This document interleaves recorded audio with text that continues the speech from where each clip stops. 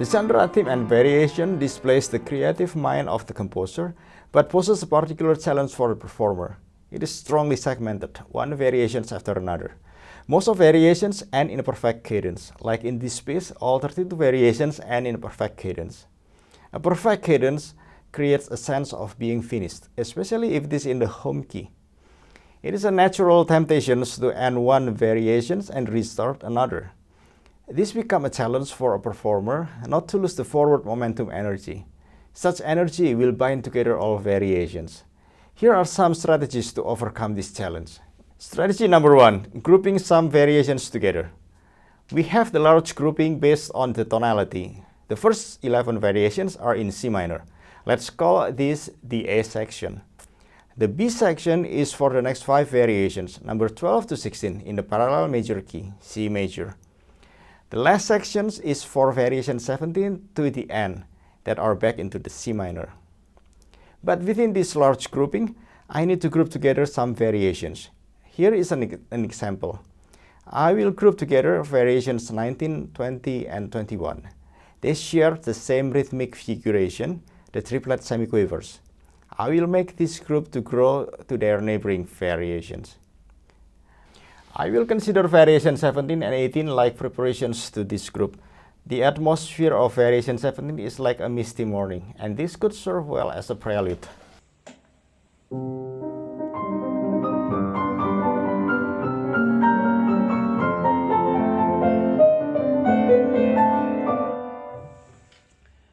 This preparation is intensified in variation 18 that has a cadenza-like figuration.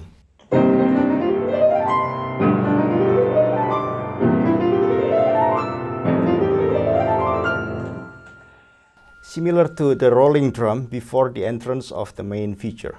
Then comes this variation 19, the first of the initial grouping.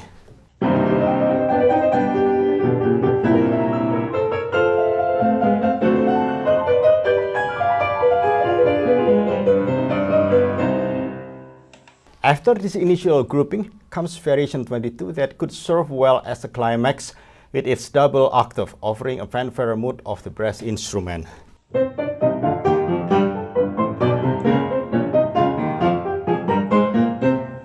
Variation 17 and 22 make a good beginning and ending because both are written in the imitative style.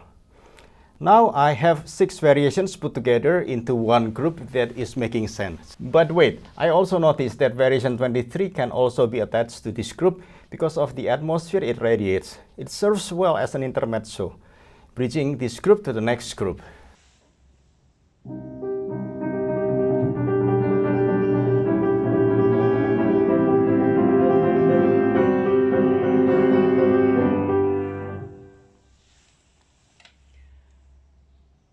This group of 7 variations will provide a strong structural connection and direction, reducing the temptation to end a variation and restart the next one. Strategy number 2, successfully delivering an impactful finale. Variations are like small waves that beautifully come and go. They need one giant wave to close the array so that this piece will have a satisfying end. Beethoven's mind was very architectural and aware of the need for this structural balance. He provided a giant wave, 3 pages long of the last variations to close this piece. A performer needs to carry out this structural balance that the composer had designed. Beethoven tied together the last 2 variations, making a longer finale. Now I try to see how far in advance I can group together variations before this finale, so that I will arrive at the finale already with such a high intensity. I found out that I can go as far as to variation 22. I have an exciting opportunity of placing variation 22 to 29 into one big group of preparations for the finale based on the progression of their rhythmic density. I have designed earlier that variation 22 will serve as the climax for the previous grouping. I have a nice opportunity now to overlap the grouping so that I will have a stronger structural connection. The ending of the previous grouping will be the beginning for the next grouping. The rhythm starts moving at the quarter note level in variation 22. Looking at the melodic line in variation 23, the rhythmic density rises to duplet quavers. The rhythmic density continues to rise to triplet quavers in variation 24 and to quadruplet semiquavers in the next 4 variations, variations 25, 26, 27, and 28. And then in variations 29, the rhythmic density increases again to 6 duplet semiquavers until finally it enters the finale, variations 31 and 32 in demisemiquavers. How about variations 30? I see variation 30 serves nicely as an intermezzo. The abrupt change of the rhythmic density from 6 duplet semiquavers to crochet creates this haunting stillness.